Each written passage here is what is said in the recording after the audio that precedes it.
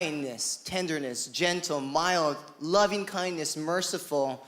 These are the people I think of. I mean, think about who are those people that when you think of AKAHAI people, when you think of kind and tender people, who are those ones that come to mind? Well, here are some people. First and foremost, you got to give it up to Jesus, right? Because he is the one who is all about aloha, right? So, okay, all right, so Daniel, you're going there. Yeah, that is the standard here, okay?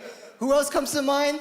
Mother Teresa, okay? She's another one who's AKAHAI, right? Who else is there? Fred Rogers. Have you ever seen him get angry? And anyway, watch the features of Tom Hanks studying Fred Rogers. It is amazing, guys, okay? So anyway, who else?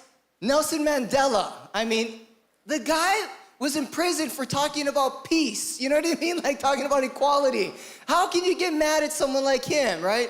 And then, of course, Ruth from the Bible, okay? Like, here's another amazing woman. She gives up her life.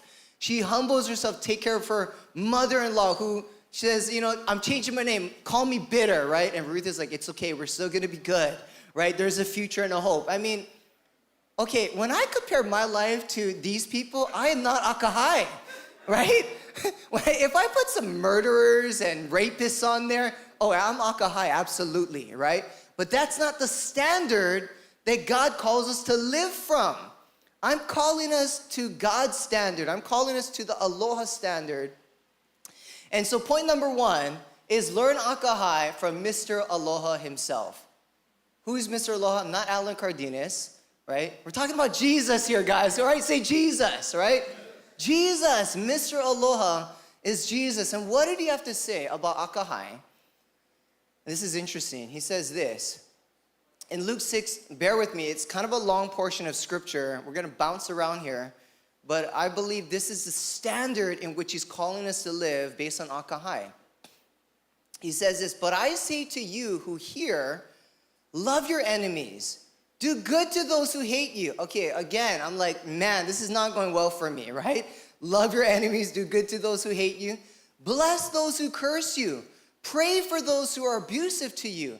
If you love those who love you, what credit is that to you? I'm like, wow, he knew exactly what I was thinking. Like, no, I'm kind to the people who are nice to me. And he's like, what credit is that to you, right? What does that mean? For even sinners love those who love them. Man, this is hard. And your reward will be great, and you will be sons and daughters of the Most High. For he himself is kind to ungrateful and evil people. Did you guys catch that? The Father is kind to ungrateful and evil people. So the moment we start being unkind, we're not acting like our Father, right? Be merciful just as your Father is merciful. That's that word AKAHAI right there, guys. He ends it with AKAHAI, right? Like, oh my goodness, I can't do this, Lord, right? Now, if you didn't know, there are 4 types of love in the Greek language. You guys know that, right? There are 4 types of love in the Greek language. And let's just kind of do a quick review. There's the philia love, which is friendship love. Say friendship love, right? And so it's like, oh, is Aloha all about friendship love? Is it all about philia love? And so we're going to go through this. And the second one is eros love, romantic love. Say romantic love. And then there's the storge love, the family love. Say family love. And then there is the agape love, unconditional love.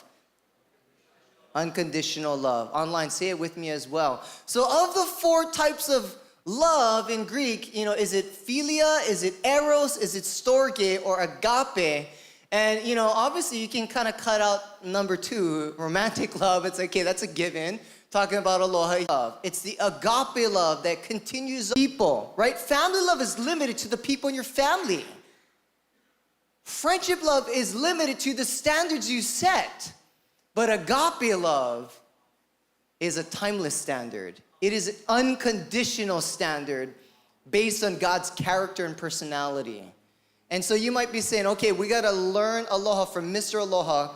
And this is the thing about our Jesus, is that Jesus was a man of his word. He walked the talk. Did you guys know that? Jesus walked the talk, right? If there is anyone that walked the talk, it was Jesus, right? Let's just be clear here. We all like to talk the talk, but we all can't always walk the talk, right? It's tough, that's why.